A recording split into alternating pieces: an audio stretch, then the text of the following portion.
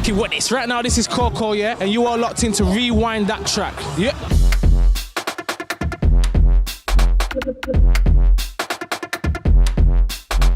Conor McLoone here for Rewind That Track. BASSment, Huddersfield, here with the one and only Coco.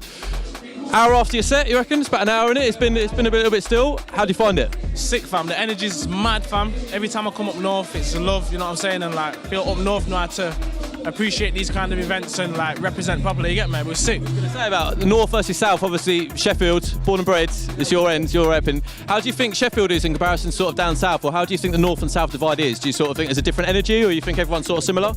Yeah, there's definitely a different energy, and that's always going to happen, do you know what I mean? But like I said, man, when I come up here, I like it because obviously it's where I'm from up north. So like the people, it's kind of a reflection of what I've done since I've moved to London. But in London, I get shown love as well, man. The energy's sick, you know what I mean? Things are proper, and that's the epicenter of UK music, so it's always going to be a vibe, you get me? Clubs shutting down every month sort of across the UK. You've got events like this on a Sunday, for God's sake, in Huddersfield up north. How important are events like this to keep the music scene alive, do you think? I was just saying to Tom, man, it's important because like some people, he was saying like up here it's hard for grime, you know what I'm saying? Like in London, it's doing its thing, you know what I'm saying? But he's saying up here it's a bit different. So these kind of events let the people, the community know that if you love grime, there is a place for it. And whilst that's happening, grime can't be dead, you know what I'm saying? As long as the people support grime, whether it be 50 to 1,000, 10,000, it don't matter, bro. That's gonna still boom, you know what I'm saying?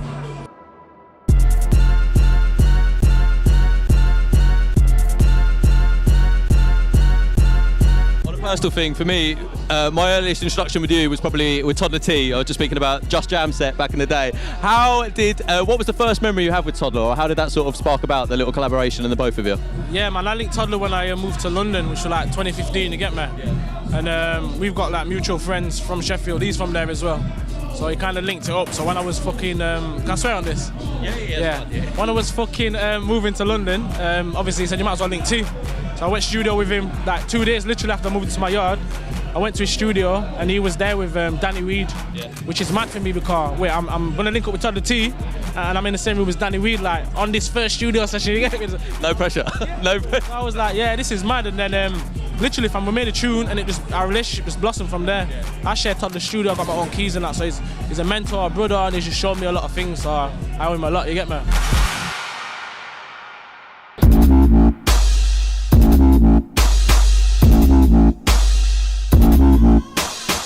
You obviously, a lot of people will look up to you from your journey to see what you're doing, especially from the north as well, stuff like that. Like people thinking like it's not just a London sound, it's not just a down south thing.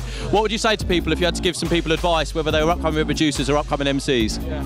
I just say just keep persevering, man. Like I've had my days, sometimes I have my days now where I'm like, yo, why is nothing moving, why is nothing pushing? But then I know there's been recent times or previous times even when I've done a lot of good stuff. I forget the stuff I've done. My mum sometimes like, yo, remember you did this, like you gotta be proud, you get me? Yeah. So just keep going, believe in your thing, and I'd say be original, because that's very important. You get me? It don't make sense trying to sound like the next guy, you know what I'm saying? Show people what you got, you know what I'm saying? Make them want to listen to you. Copycat stuff. Yeah, bro, like, come on, man, like, 2019 now, like, I feel as though, like, people should be coming into the game with their own head and showing what they can do, not an imitation, you get me? And there, it goes from there. If you weren't doing music, what do you think you'd be doing?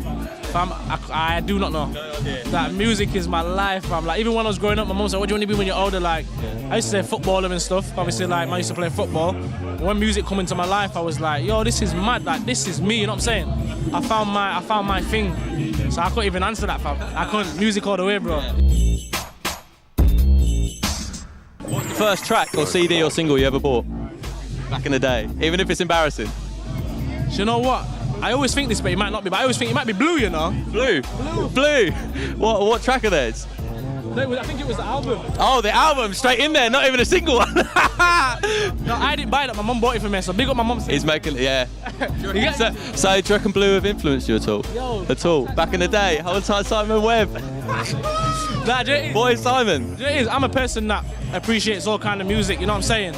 And like when I got to a certain age, when I was growing up in my mum's household, my mum used to run a lot of different kind of music, you know what I'm saying? Like mainly R&B, but that's why I've loved music even before spitting. Yeah, I appreciate it, and it's something that's everyone can enjoy it. You know what I'm saying? And me now being able to create music, I love that because I can just do what's in my head and put it on Logic or through my words, you know what I'm saying? So I think it's beautiful, man.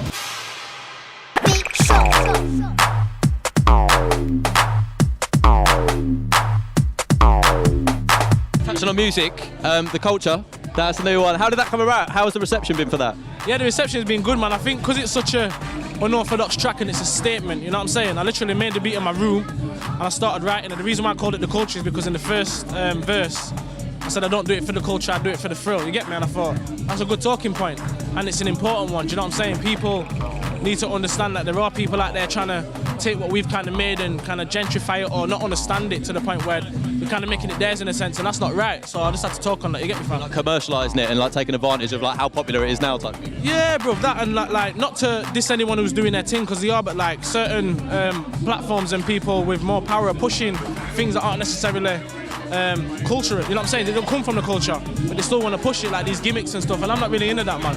You know what I'm saying?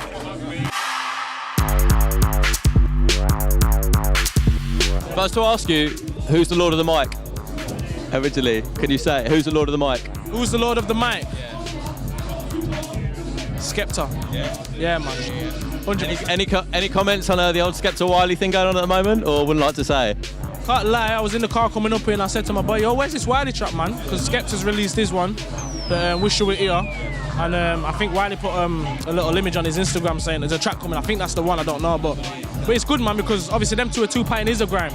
These two are like the faces of grime, it's arguably, you know what I'm saying? Like, so for them two to be like bouting right now, and yeah, bro, it's like the energy there, doesn't it? It keeps the energy. It's not even. It doesn't. It's just not necessarily the youngers just coming through like having a little competition. When you see the big ones going, you're like, Jesus. That's what I'm saying. It's good to see that they're still caring about the scene and the genre. You know what I'm saying? So it's a good look.